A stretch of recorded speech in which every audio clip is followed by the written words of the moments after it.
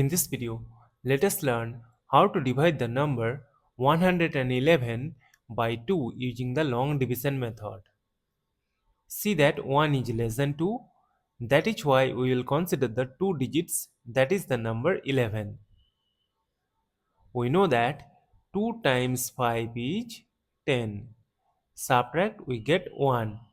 Now as 1 is smaller than 2, so we will bring down this number 1 here.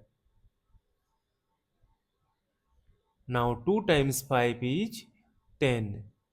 Subtract, we get 1. Again 1 is smaller than 2, but we have no number to bring down here. That is why we will borrow 1 0, and for that we need to put a decimal here. We know that 2 times 5 is 10. Subtract, we get a 0. As we have obtained the number 0, so we will stop.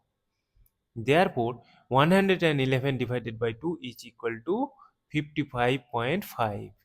And this is our final answer. Thank you for watching. Please like, share and comment on the video. Also do subscribe the channel.